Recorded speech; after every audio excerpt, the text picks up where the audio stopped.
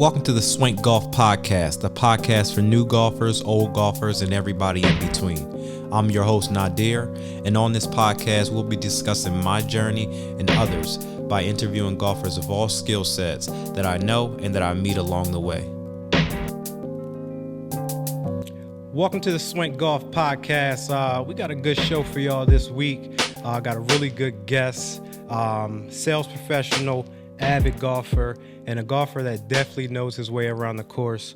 Welcome, Mark Champ, to the show. Nadir, what's up, man? Thanks for having me. No doubt, man. I appreciate you jumping on, man.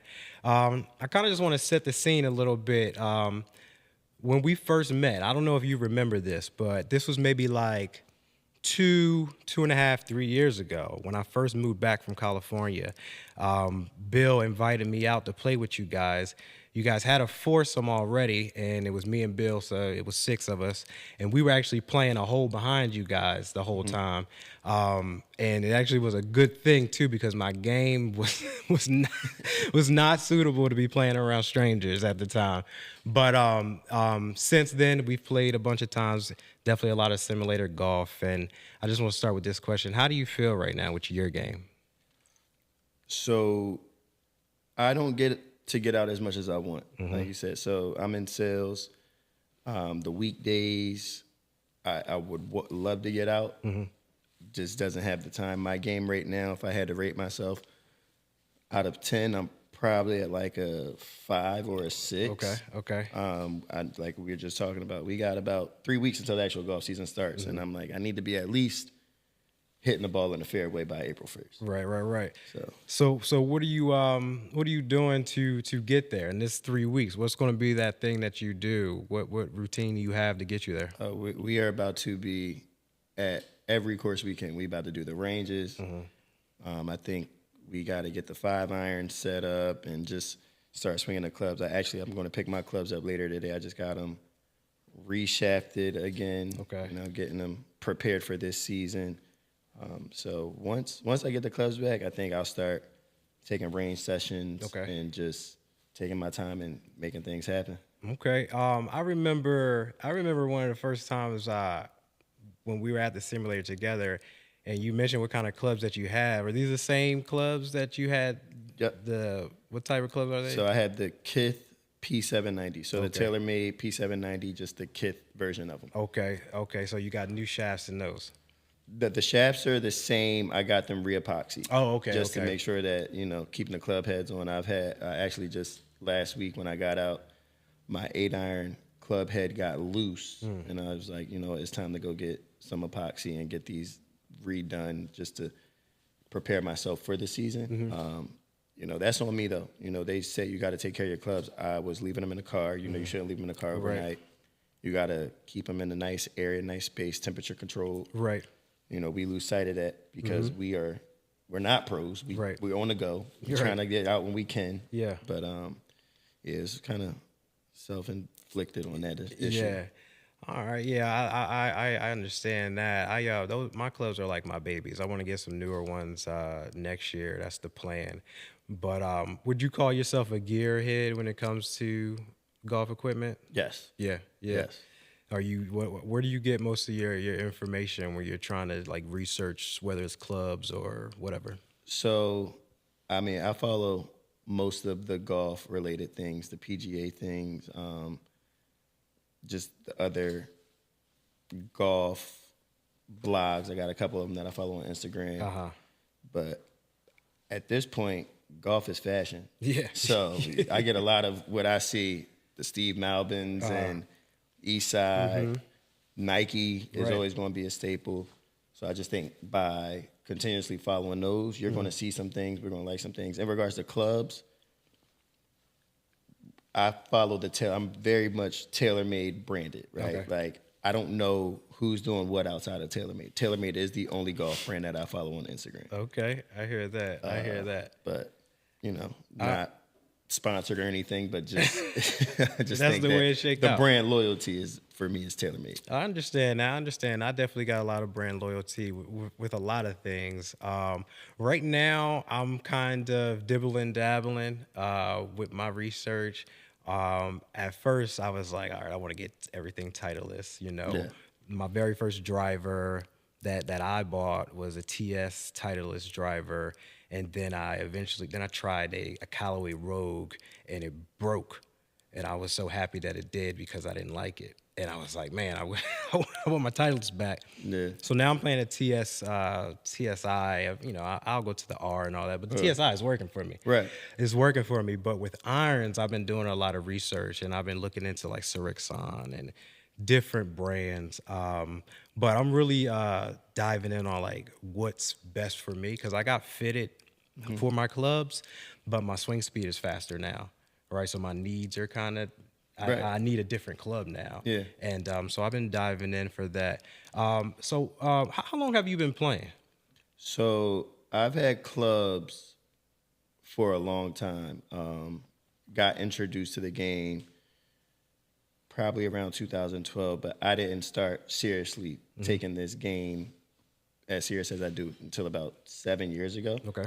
I had a knee surgery twice, and I was like, it might be time to put the basketball down, just get on a golf course. But it's been about 7 years in a more serious, like you, I got clubs given to me. I couldn't get new clubs. I wasn't spending the money until I hit a certain goal. Right. It was like, I got to be able to shoot this well to go do this. So for me, I wasn't spending the money because I don't think I was taking it serious. And then about 7 years ago, it was like, all right, let's make something happen here. Okay. Was it a certain round or something that clicked 7 years ago that made you dive in, that made you take it more serious? I think it just became like the access. I had a good friend. He's a GM of a golf course. He opened up in South Jersey, and then I have other friends that I was playing with, and just we decided to take it a little serious together. Like it would be like, yo, let's play golf this weekend.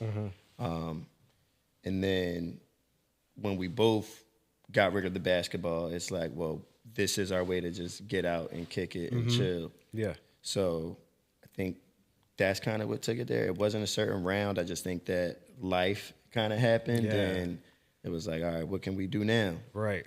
The lifestyle, it meshed well. It worked well. So when 2020 came around and COVID came around, you were kind of already in the swing of things and was comfortable out there. I was on the golf course. So we got pulled out of the field on March 12th. On March 13th, I was on the golf course. And that was the last thing I did before the whole world shut down completely. Yeah, that was the time. That was the time. I mean, that time really gave me space to find the game. You know, I was giving clubs a long time before I started taking it seriously. So let me ask you this question.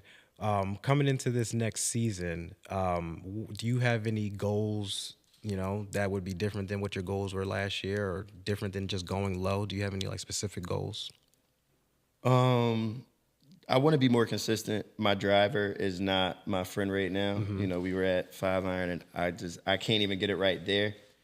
I think my biggest goal for this year, in order to go low, you just got to make better decisions.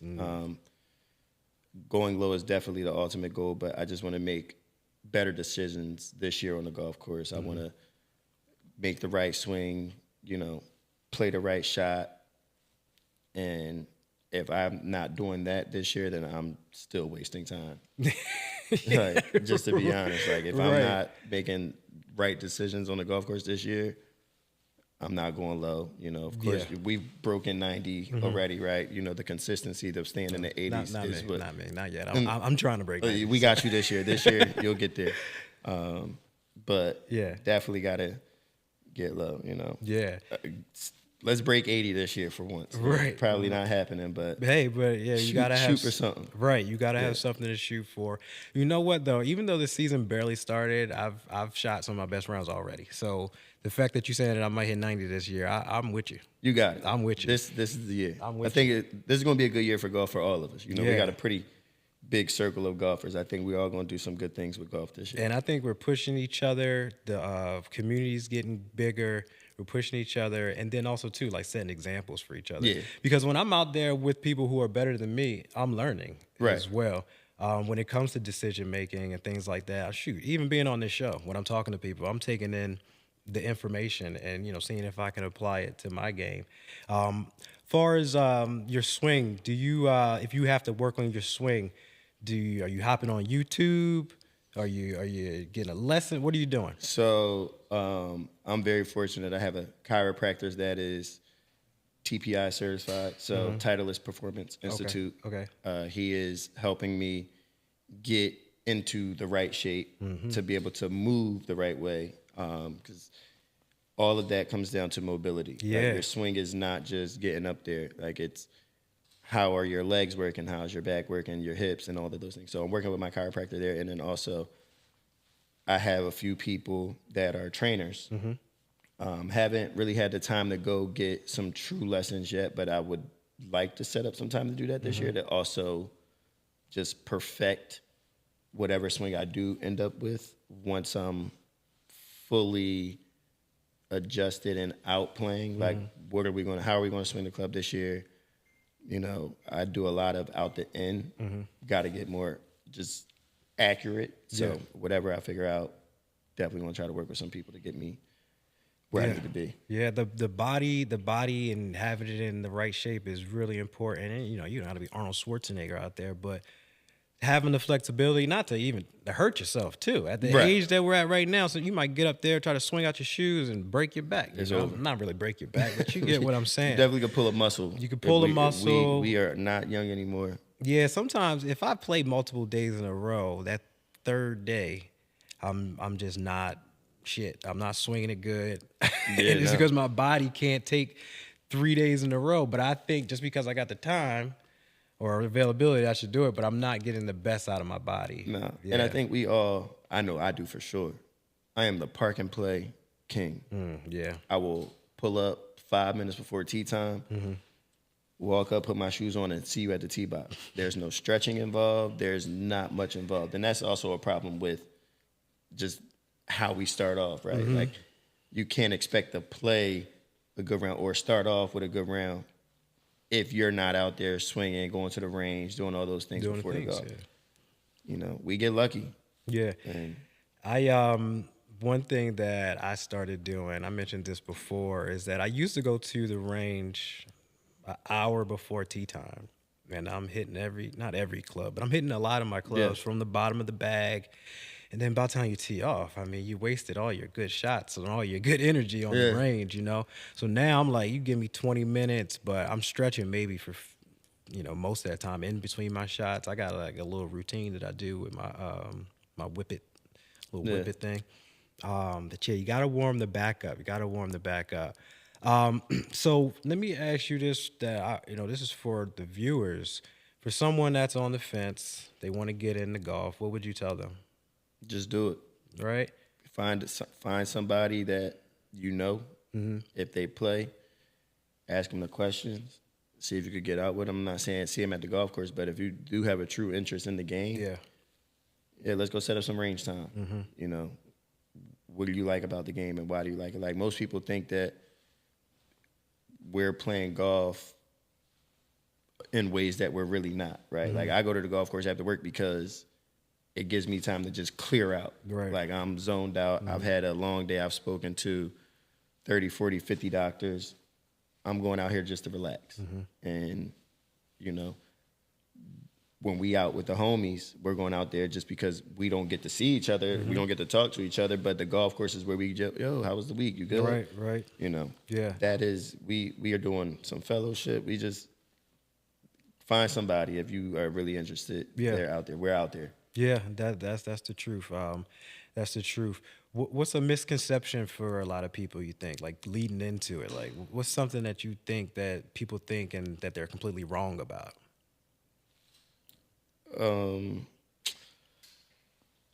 Most people think that, well, we already know that they can't do it, right? And they've never tried it. And I'm not saying anybody that's an athlete can swing a club, but if you were an athlete, you can get the basics of the game of golf. And I think that most people go out there and they want to do what they see. They want to hit the ball far. They want to hit the ball straight. That ain't it. Like we see pros mess up. Like have you been watching the TGL, the Tiger with the indoor league? Like they're doing stuff that we do at 5-iron. Yeah, yeah. And it's like the biggest misconception is that they or people that don't play now that want to play is that they can't do it. Like we all mess up. Just you got to own your mess up. Yeah, and they're out there for everybody to see and for you to see, right? Right. And if you're the type of person that likes to improve, that's one thing. I don't know what episode I said it in, but if you're a type of person that likes to improve on whether it's your life, whether it's on your relationships or whatever, but if you're someone who takes stock in like yourself and you want to get better, golf is probably for is you. A great game Because every day you're going to think about how can I get better. I mean, I played a couple days ago and I did pretty good. But of course, I'm thinking about the decisions that I didn't make or that I did make. So that made me think about something. I'll give you an example. I played on Saturday. Let's take the round a couple days before that or whenever it was. Chipping onto the green. Sometimes I do this dumb thing where like you got to chip it 10 feet and I hit it 30. Yeah. And it flies over the green and it's like, what are you doing? The flag is right there. So when I played Saturday, I had that very same situation on the very last hole and I putted it instead of chipping it. From 10 feet outside? I putted it, man. It wasn't 10, but it was close enough. It was pin low. Okay. I was on the fringe. On the fringe. I could have chipped it, but it was green. I was greenside, so I didn't have much room. I putted it, but I parred it also. So, you know what I mean? There's nothing wrong with making those adjustments. We got homies that literally will putt from outside the green, and that's cool. It's Texas wedge, right? Yeah, it's an option. Some people are good at it. I am not. Yeah. Like, I do not like how the putter feels going through thick grass trying to make contact. Yeah. When I do it, most of the time the ball pops up anyway. So I'm like, if I'm going to do that, I'm better off just taking the wedge. Right. Yeah. I'm not as lucky with the putter outside the green like most. It was on. All right. So it was a par 3, last hole at Rock Manor, and it's a fairway. Even though it's a par 3, it's a little fairway. Yeah. So it was on fairway kind of grass, the fringe. But yeah, I didn't trust it. But taking that data made me make that decision, and I parred that hole, and I'm completely fine with it. Yeah. Listen, make the adjustments that make sense for your game. Right. For the hole. Every hole is different. I don't know. I think it was Cat Williams, Samuel Jackson. One of them had said something about golf like, you could play the same course 3 days in a row. Every shot's gonna be different. Mm-hmm. Yeah, ball's gonna fall on different. Everything's gonna be different every time. Weather, breeze, different variables every time. So you your gotta emotion, make adjustment. How you showed up to the course. Yeah, all of that. All in effect. And I think, like you said, this is Rock Manor. You've played Rock Manor numerous times. Mm-hmm. This was probably one of those times where you just literally, I'm putting it now. Yeah, forget it. That's what this is. How many times have you parred that hole? That hole. That was my first one. That was your first part, right? So you made an adjustment on that hole, and you've played it 4 or 5 times. Probably more, but yeah, you're way right. or more, right? Yeah. So, like you just made the adjustment, and now you know what works for you when you're in that circumstance. Yeah. I'm not taking out my wedge. Well, next time I'm gonna hit the green though. Next time I'm gonna hit the green. I mean, of course, So, what's your favorite situation when you're on the course? Like, what's your favorite situation? Damn, that's tough. I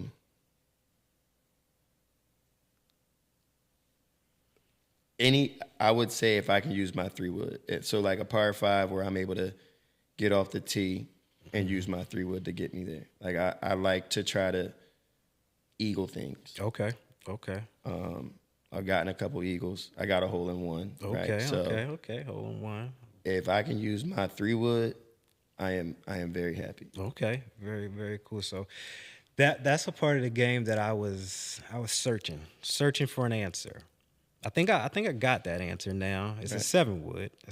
Okay.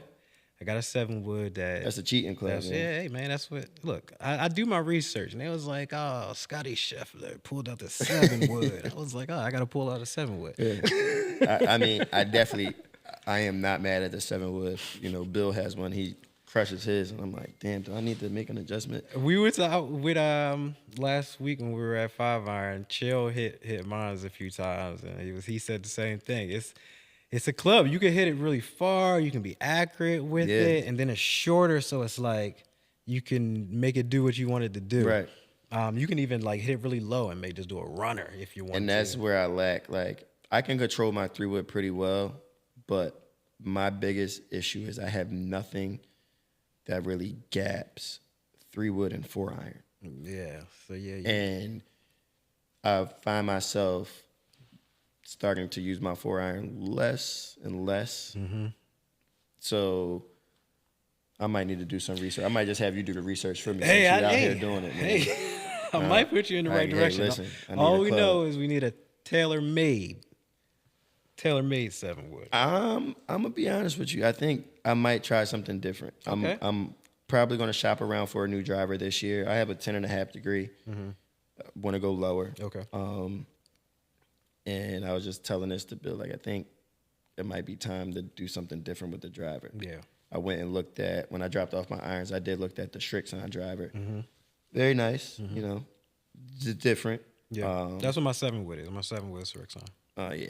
So I'm doing, see, now I You know. just- you I just might just gotta- have to jump into that. Just that, take a that look, lane. take a swing, see Yeah. how it feels. The sound is nice. I think responsive.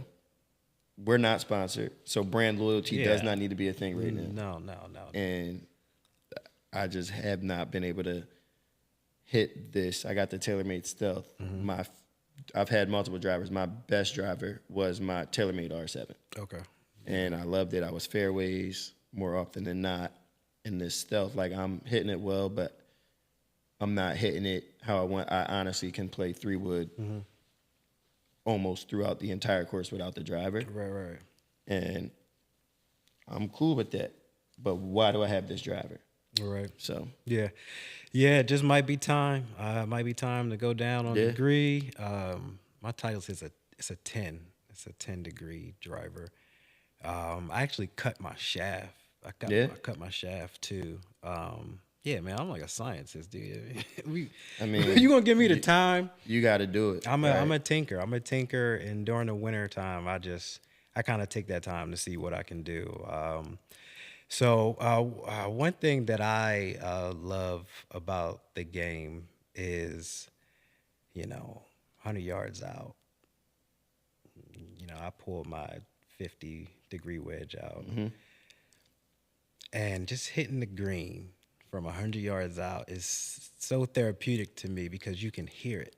You can hear it hit the green, Yeah. If you hit the green from like 250, You're not hearing it. you're not hearing it, and You're not hearing it. you're You happy. might not even be able to see it. Yeah, you might not see it, and it might roll on. It might hit the hill and roll. But to hear it, do you have any other things that you love that's like specific like that? Like, I love hearing the ball hit the green from 100 yards. That thud. What do you got? I'm not going to lie. Right now, so I got new wedges, and those 100-yard shots now, when I can spin them, I'm liking the spin that I'm putting on the ball when it's rolling back. That is a thing for me right now. Okay, so you can spin the ball with. Do you use a specific ball? Excuse me. No, you good. Do you use a specific ball? So summertime, I play, well, not to say summertime, like in season, I'll play TP5X or Titleist AVX. Okay. Those are better for me. The AVX is a low spin ball. And I actually went and got a ball fitting. Oh, okay. Yeah, I know they do So that. Yeah. they can tell you what helps for your spin. And another good low spin ball is the Callaway. I think it's the Callaway LS. I can't remember, but anything low spin for me. Okay. Just is where I'm at. Yeah. Yeah, I just settled on a ball for this year. It's a TaylorMade, but it's a speed soft. It's a good ball. Yeah, good ball. Yeah. It's not like top of the line. Good feel. For my swing speed, it's cool. But yeah, I've been having the most success with that, so I think I'm gonna stick with that. A friend of mine, he gave me some TPXs, and I really like those a lot. So that's why I was like, all right, well, let me just try some different TaylorMades where I don't have to Yeah. spend $50, $60, you know? I mean, the Speed Soft is definitely a good one. What's the next? I don't know. What the response is probably like the Tour next, Response. That's probably the next level up. I think they're both around the same. I honestly, I don't know if I don't know if it's a mental thing or if I actually really need to be playing a certain ball. Yeah. Like, I'm like, could I get away with playing a Speed Soft or a Tour Response through TaylorMade or the super soft Callaways? Yeah. Probably. But once I was told about this spin, I literally go look at golf balls and I look at the back of the box and I find out what has the lowest Right. spin. Yeah. Yeah. You gotta really kind of look at some of that stuff if you care, and Yeah. if you care. You got And- big swing speeds. Yeah. I mean, my clubs, I got them. They're heavier, they're longer. Yeah. To help with this swing speed for me, and ball spin is all part of this whole swing trajectory. So it's like, kind of got to do the right thing if you want to have some form of success on a golf course. I just feel like, am I tripping? Am I wasting money? Right. Yeah. $60 a box is crazy. Yeah, that's true. But some balls though, like the softer balls, I feel like so they're made for. I was told that the softer the ball is for slower swing speeds, right? The harder the ball is for faster. So the Pro V1, very hard ball. They call it the number one ball in golf. One thing that I've noticed about that ball, when I play them, they roll for days, and I can't stick the green with them, and I can't control them really. I don't know why, but that ball, I can say that I can feel a difference. Like the Callaway Softs and stuff, I can feel the difference when I'm hitting it, from the sound of it. But far as performance and Pro V1s, they just roll for days, I feel. So when we played White Clay Creek, you got to lay up a lot. It's a lot of hazards, and you got to hit over. It's tough, man. You try to lay up for me, we try to lay up one of those. Right. It roll right into the shit. But Yeah. that's one ball that I can say that I can feel a difference. But yeah, some people really get into that stuff. So this season coming up, are you a part of AGS? I am a part of the AGS. Okay, so you're gonna do it this year. This is gonna be my first year doing it. It is I think it's definitely a good thing when I can get out. The best thing I like about it is so it keeps you competitive, right? Like you're gonna see everybody in your bracket, right? So handicap aside, when you signed up for, why did you sign up? I Because didn't sign up yet. Oh, you didn't sign up yet? I plan on signing up this week, I Okay. think. So are you doing it to just be a part of, are you looking at it for the competitive is a real factor good or question. just a social? Real good question you have here. I'm doing it. Because I'm already competitive. Right, I don't need a tournament or a league to make me competitive. I think I like the structure of that. They have the courses. There's a schedule, right? And it gives me something to look forward to every week. Okay. Whereas I gotta play this course this week. Let me prep for this. Where now it's when people hit me up, you free today? Are you free Saturday? It's very loosey-goosey. Yeah. I'm a father, so more structure, the better. So I the get that. timing, so me knowing when I'm going to play and where I'm going to play.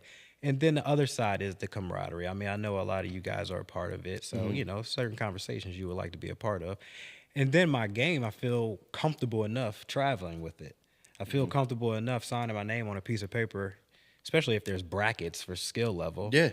Yeah. Why not? I mean, you can't go wrong with it. They definitely, they thought that process out. Those guys at AGS, they definitely did their homework, their research. And like you said, it does give you something to look forward to, something to prepare for. Yeah.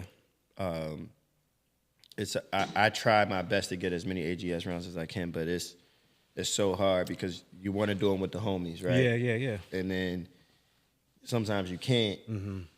But it's definitely one of those things where you start to see the leaderboard, and it's like, damn, I know So that if you course. don't go to that course, like, so let's just hypothetical. Let's say there's 10 courses. You do 6 of them, and the guy next to you does all 10. Does he automatically has a higher? He's higher on the leaderboard just because he had the availability. So they do their rankings.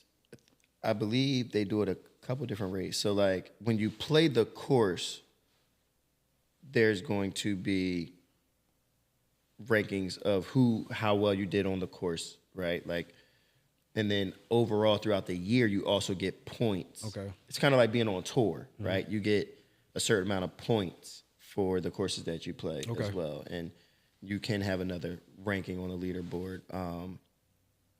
And they track wins, right? They do all these things as if you're really on tour. So it's definitely something where we go in a group chat and we're like, you getting out there this week? Oh, this is how I shot. Okay, cool. You know, and we go. And so everybody's not in the same bracket, which is the downfall. You know, it's tough when you gotta get people the way they do their bracketing. It's like I'm competing with people that have an 11 handicap in my bracket, and I'm a 14-1, and it's like, oh, damn, am I going to see the top? Yeah. But they take all of that into effect, right? They have all of that, so it's definitely something that you'll enjoy if you do it. Yeah, you'll get everything out of it you need. All right, cool. Yeah, I'm definitely gonna look into that. Hopefully we can get the AGS guys on the show. That'll be cool. Yeah. Tap in with them. So I wanna before we get out of here. I wanted to really tap into like far as traveling in general. Have you traveled and played different courses? You got any favorite courses or events or anything that you can tell us about? So my favorite course, and my clubs do get on a plane every now and then, but my favorite local course is White Oaks. Okay. Like that is the course that I play the most. And then I've played courses in Florida, Texas, Arizona, but I would say Arizona Whirlwind course. I can't remember the name of it. Oh, I think it is Whirlwind. Yeah, so Whirlwind is the golf course, and there's 2 different courses, 2 different 18s, and I played the cattail side. That by far was my favorite golf experience. Okay. All right. Dope. I'm gonna travel more. Trying to get, we can get some swank events popping. Yeah. You know what I mean? Figure it out. Yeah, and I'm definitely want to travel more. I mean, I played in Cali and stuff like that, but I got to get down to Florida. Florida has some good golf. Yeah, I got to get down to Florida. So we're going to definitely do that. I mean, I already know we're going to play a lot this upcoming season. So, you know what I mean? Before we even get to that, I'm going to be grinding these next couple weeks, putting, hitting the range if I can, because I know that you getting ready for it. You know what I mean? Yeah, it's time. It's time. It's time. I want another hole-in-one, man. Yeah. I don't know if it's going to happen, but, I think Where'd that happen at? That hole in one? White Oaks. White Oaks. And what you remember what hole in there? Hole 4. Hole 4. What's that, a par or what? Par 3. That's a par 3. Yep. Put it in. Yeah, you remember we played that Deerfield? Yes. Yeah. How slope was that course? That course kicked up on us. Yeah, it got bad. It got bad that day. I think I don't think anybody shot, and this is just a testament to what we were saying earlier. Like, get out there and go play. Yeah. We all shot over 100. Yeah, that day was bad. And we have people that are 80, 90, like mid to high 80s, low 90s consistently, and none of us got below 100 that day. It definitely was a lot. And it's just the elevation changes, man. Yeah, it was tricky. It's tricky, but that just makes me tell myself I got to get better. Right. Yeah, that's what we got to get better. That's what it comes down to. That's what I love about the sport. It's on you. It's not on anybody else, and it's only you out there. And you know, you got to carry it a certain way. Yeah. Because you represent yourself in your game. But you know, we also out there just having a good time, and it's not even that serious. But yo, dude, I want to thank you for coming on to the show. No problem, man. Appreciate it, man. We're gonna definitely have you back. We're gonna record some stuff on the course, and we're gonna really get after it this year. Yeah, let's do it. All right, y'all. Thanks again for joining us on the Swank Golf Podcast. Please remember to like, subscribe, hit us up on Instagram, leave comments. Tell me about your favorite courses, anything that you're doing this year to get ready for the season. I'd love to hear from you guys. We'll see y'all on the next one.